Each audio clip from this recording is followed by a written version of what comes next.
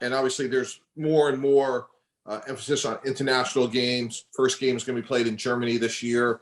And for teams coming from the West Coast, like it's going to impact everybody differently. So have a friend here, Wayne Diesel. He's just a world-class expert. He's from South Africa. He's worked with the San Antonio Spurs, the Tottenham Spurs, us in Miami, has all sorts of gold medals and things that and degrees, and is just a really smart guy. So really appreciate you giving us some of your time and some of your wisdom. Hey, Mike, thank you very much for inviting me. It's really good to be here and good to see you again. So yeah, happy to help where I can. I believe it's the amount of traveling that each team is going to do across the league.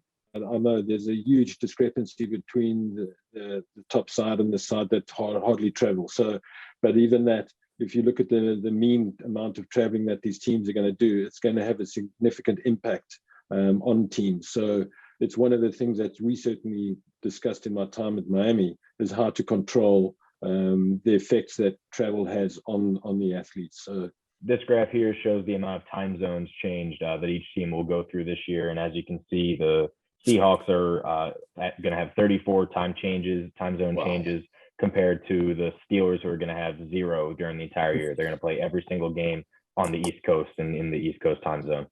Yeah, and I think that's the scary thing. So what I really wanted to talk about this evening is the effect that travel has on performance. It has it on illness, and it potentially has on injury as well. So it's something that all professional teams are considering at the moment, just how important it is with that. Yeah, I was actually at the game at Wembley, Tottenham Hotspurs. That used to be one of the teams that I used to work with, and I watched that Dolphins game. And I know I was speaking to some of the performance directors there, Dave Paloka, who's now head of the department that side, and the difficulties that they had in trying to decide whether they took a break off the following week or just went ahead with it because they wanted their break later on in the season. So it is a tough one. There's not enough data available to decide whether it's a good thing to have your bye week immediately following that international travel, or to go ahead and try and play. So I think that's the first thing that we need to touch on to differentiate between what travel fatigue is and what jet lag is. Now, they both can occur. Travel fatigue tends to be something where athletes are traveling less than 3 hours or going through 3 time zones, as I say. So that is where they will get tired just because they're sitting on the plane, the frequency of travel, how long their season is, how many times they've got to fly, how many trips that they've got to do, and that can cause fatigue. That's a more persistent type of fatigue that they have because it's accumulation over the whole season. And the way that they manage that is ideally you've got to look at sleep, trying to give them as much recovery time as possible. On the flip side, when you're looking at jet lag, that tends to be when you're flying for or passing through more or at least 3 time zones. So flying to Europe, you're certainly going to fly through 5 to up to 8. If you're going to Germany, you're going to be flying. And certainly if you're coming from the West Coast, you're going to be flying 8 to almost 10 hours going through different time zones. So it is important. Now, what happens with jet lag is that your body clock changes. So essentially it's like where you sat there now at 5 o'clock in the afternoon, 6 o'clock in the afternoon, to where I'm at 11 o'clock. Your body's changed dramatically. Now, our bodies are controlled by a clock within them. So our bodies get used to waking up at a certain time in the morning, going into work, having breakfast, then having lunch, then having dinner, and then going to sleep again. So if you disrupt that, the body cycle goes out of routine.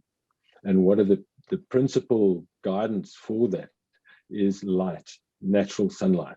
Because what happens is that the light comes into the eye, that goes into the part of the brain that stimulates a part of the brain that suppresses the production of a substance called melatonin. And melatonin is the sleep drug, the natural sleep drug that we have. So if you come into an area where you're wanting to go to sleep, the way that you're going to suppress that is that if you expose it to natural light.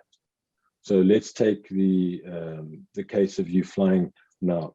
You're coming from the East Coast, you're flying to Europe, you're going to be 5 hours outside of it. You arrive in the morning in the UK, that's when your body wants to be asleep, but you got to get awake.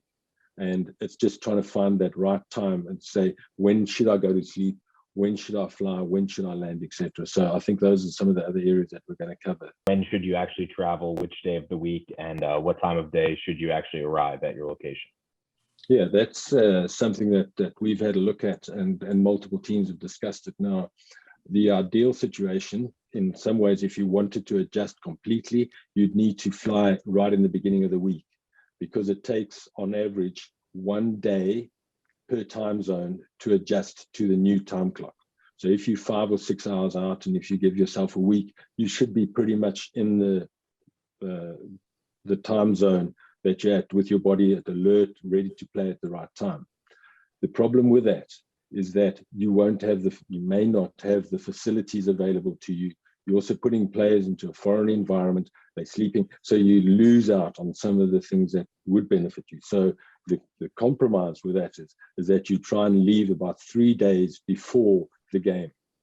So that allows you to get the full practice times in that you want in the early part of the week, do all of that, allow the players to be at home, stay in their normal, natural environments, and try and bank as much sleep as they can in their normal environments.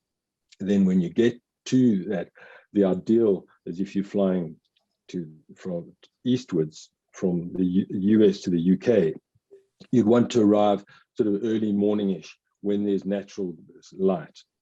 That means that you can get up, that'll stimulate the brain.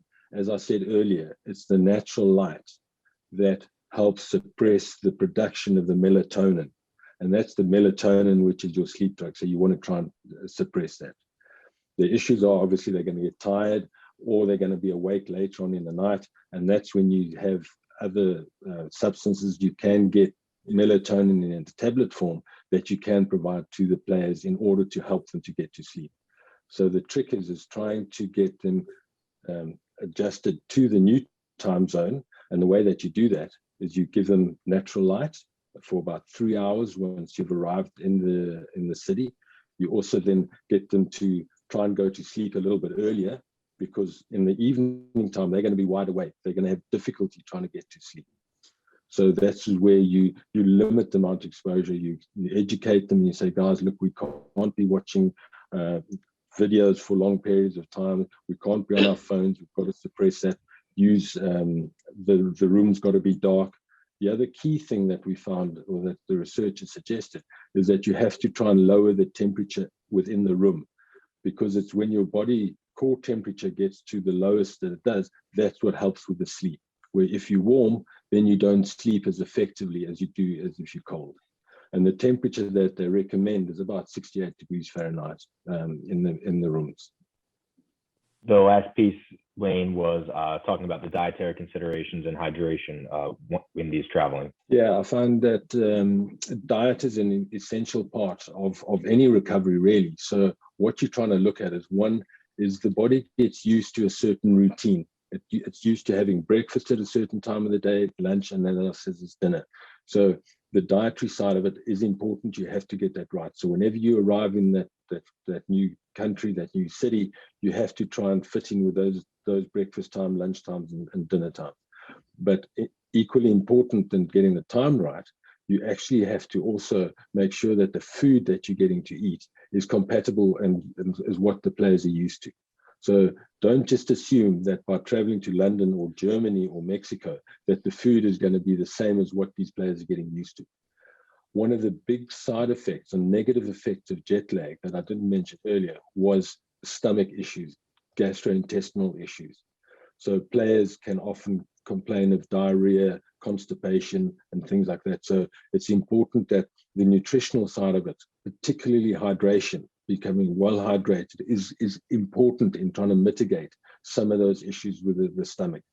Your stomach has also got its own clock. It's used to eating at a certain time. It's used to digesting at a certain time. If you then confuse that and throw it out, it may take a couple of days in order to come right with that. So again, in the evening, ideally you'd want something that's a little bit more carbohydrate rich, because that'll put you to sleep, where the protein is what keeps you awake. So that'll tend to be something that would suggest in the mornings that they can eat to try and keep them awake with their body clocks.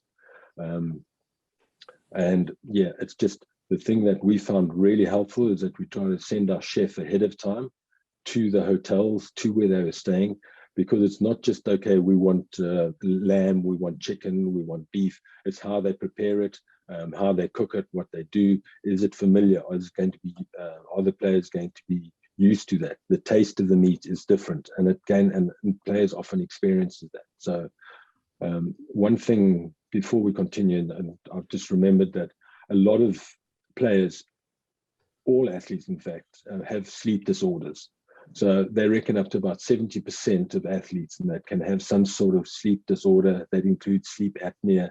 That's a whole lot of things. So the medical staff should try and vet the team, try and find out from their players who has these issues, because that's going to come down to, do we provide medication for these players? And that can be in the form of melatonin, which is, as I mentioned, that's the body's natural sleep drug, but you can get it in tablet form, and you do that about 30 minutes before you'd want them to go to sleep. You can give them quick acting sedatives, which can help them get to sleep. You can also have stimulants, which help them keep them awake. So that's really got to be up to your medical staff, knowing what the drug issues are, speaking to the players, finding out what they are. Don't let them just take it indiscriminately. It's clearly got to be run through your team doctor.